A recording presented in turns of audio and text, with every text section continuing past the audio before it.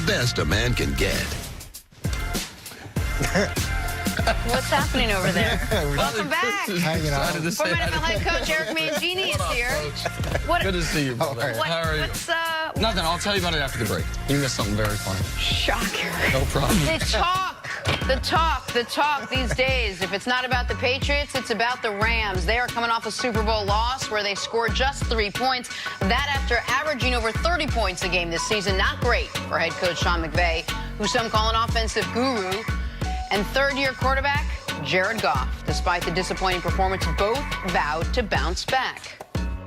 If you can't handle getting gut punched and responding, you know, this business probably isn't for you. I wish I would have played better. I think I speak for a lot of us when I say that, but, you know, myself in particular, you know, I wish I would have done my part better. And, you know, I can promise next time if we get that opportunity, I will. It's a resilient mindset, and it's one of, you know, gratitude for what these players and these coaches have done this year, but also the unfinished element of it will just continue to drive you in the right way as you move forward. Coach, you talk so much about the concept of the Super Bowl hangover and how hard it is to get back once you've been there. What has to happen for this Rams team after what happened in the Super Bowl for them to do this again and get back to the Super Bowl? Well, this is going to be very hard, and the reason it's hard is you start a month later than everybody else, and that's an adjustment. People are going through the success that they had, and there's this sense of I need to get my element. I need to share in this success. So contracts and free agency and things like that, those things become more difficult. You've got some question marks in terms of which free agents they're going to bring back and what that'll cost. And there's several on defense. But you look at the offensive line. You've got Saffold could be gone. Yes. Whitworth could retire. Their center could potentially retire. So that's been a staple of this team, and there's so much continuity. Yes. Suddenly, if that disappears, how are they going to handle that aspect of it? And look at their division. You know, San Francisco, we got Garoppolo back. They should be emerging in that division. We know Seattle's going to be there. And Seattle's going to be there. So they're going to have to deal with that. And everybody's looking at them. So all the things that they did well last year, they have to do equally as well, if not better, because people are closing the gap on what they've done. And to some degree, they're going to look at the Super Bowl, and they're going to say, okay, this is what works.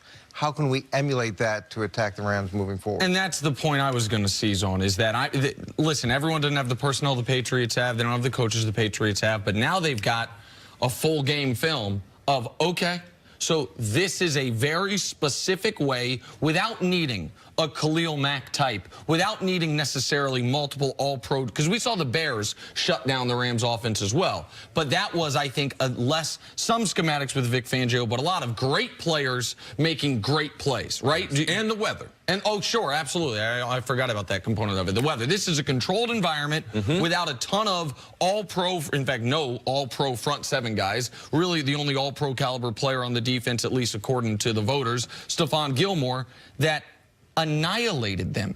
And so you saw all of a sudden, okay, how much can we duplicate that?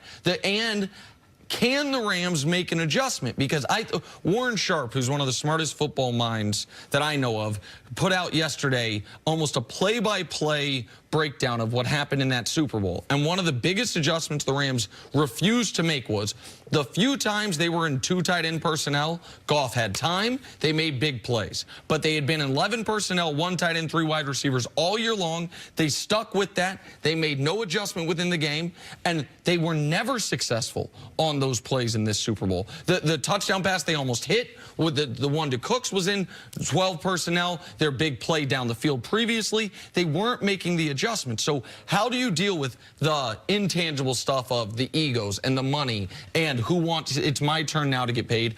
And how do you deal with the fact that there is now a bit of a blueprint on how to slow down this team if Todd Gurley is not Todd Gurley? With the asterisks, yeah. Well, there's a number of things that I think Sean McVay needs to look at.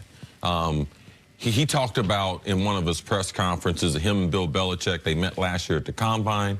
Bill Belichick used to watch all his games and text him after almost every game. First of all, don't answer his text next year, okay? Because he took you to school in the Super Bowl. That would just be my first observation. And as far as their personnel, I think, Nick, you made a great point. You need to self-scout yourself. In the NFL, that's what you have to be really good at, so you know what people think of yourself. Be aware. Like I try to tell you to. Be aware of yourself and what people are seeing when you're coming at them. During the regular season, the Los Angeles Rams were 90% 11 personnel. Yep. All right. Now, Cooper Kupp got hurt, and we saw that Jared Goff, his passing rating, he lost 30 points off that immediately. So I would see, what else am I going to be if I'm going to be a 3-receiver, which is 11 personnel team? Brian Billick used to always tell me, Chris, you guys as receivers have to force me to keep you on the field. So we have to be able to run the ball just as effective in any other formation. So 3 receivers, Chris, you have to show me that we can run the ball in this formation. Like I think if we had 2 receivers and 2 tight ends. I think that they're too predictable.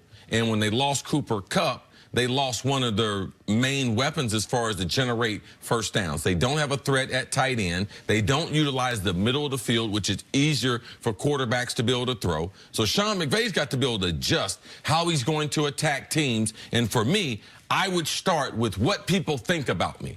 And they think we're 11 personnel team, I would add some variance to that. And a lot of that would be straight drop back and throwing the ball down the field that way and running the football effectively, Coach, out of that 11 personnel. Yeah, so I have a lot of reactions to this. First of all, Bill Belichick texting you, he's not in the business of helping other coaches. That's just not what he does. So it's nice. It's nice that you guys are... So I didn't just make that up. No. Like, look, it's nice. I'm happy they have that, but he's not helping you, okay? So let's just eliminate that, first of all. I think the 11-12 discussion is a fair discussion, but I saw Patrick Chung hem up Tyler Higbee pretty early on in that game and walk him back. I saw it more as don't compress your formations, and they were compressed throughout the course of the year. So if someone's going to play you, if someone's successful in a phone booth, don't give them a phone booth. Spread it out. Force them to walk out. Force them to play in space against your better athletes. Increase the tempo of the game. Go no huddle. Throw them off some of those ways. I just felt like they played into it when New England had 7 guys on the line and they compressed everything down. It's like you're punching with a puncher. Like you don't want to do that.